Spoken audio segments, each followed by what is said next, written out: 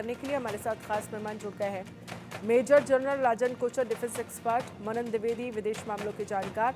सबसे पहले शुरुआत जो है वो मनन द्विवेदी मैं आपसे करना चाहूँगी और समझना चाहूँगी, अगर लेबनान में इस तरह के धमाके हो रहे हैं जिसमें पेजर का इस्तेमाल किया जा रहा है, जिसमें कम्युनिकेशन डिवाइसेस का इस्तेमाल किया जा रहा है, इलेक्ट्रॉनिक डिवाइसेस का इस्तेमाल किया जा रहा है, इसके पीछे का कारण क्या है और इस पूरे धमाके के पीछे आप किसको मानते हैं?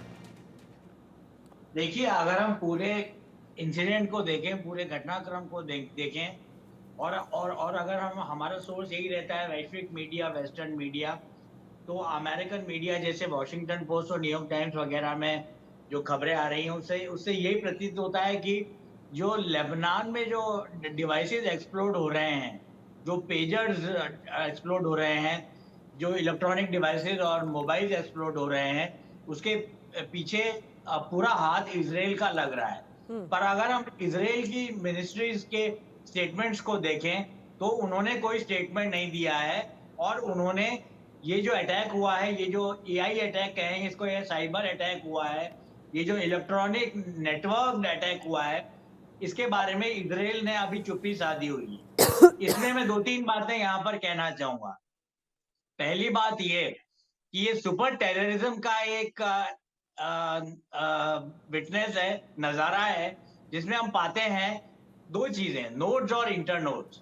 नोड्स होते हैं जिसमें दुश्मन के सिविलाइजेशन सेंटर्स, और मैं बहुत जल्दी में बात खत्म करता हूँ अपनी, और इंटरनेशनल नोड्स होते हैं जो सिविलाइजेशनल और अर्बन सेंटर्स को कनेक्ट करते हैं। तो ये नोड्स के ऊपर इजराइल ने अटैक किया है, जहां तक मुझे लगता है हिजबुल्लाह के। और क्योंकि लड़ाई अब गाजा के, हमास के साथ गाजा में ही नहीं रह गई है, हूती के वहां भी फैली हुई है और वहां पे अमेरिका और इजराइल ने अपना हाथ रोका हुआ है। पर हिजबुल्लाह, जो कि ईरान सपोर्टेड है और एक शिया ग्रुप है, उसके साथ काफी दिनों से फायर पावर एक्सचेंज हो रहा है इजरायली डिफेंस फोर्सेस का।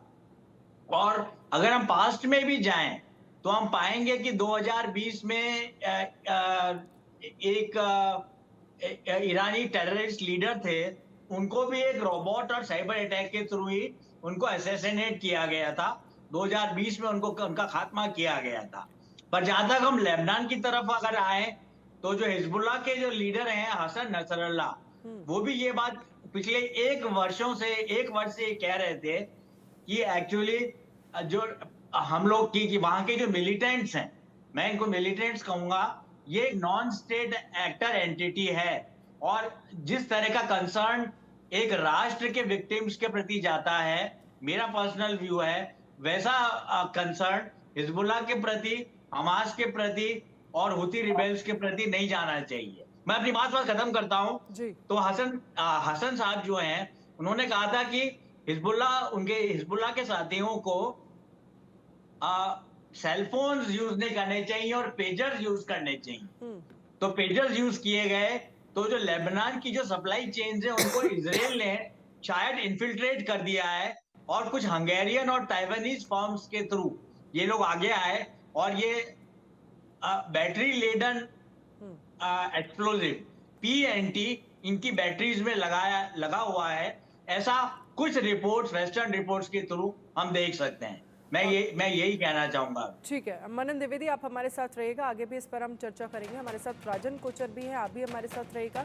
इसी बीच एक बड़ी खबर का रुख कर लेते हैं। लेबनान में पेजर के बाद मोबाइलों में भी धमाका हुआ है।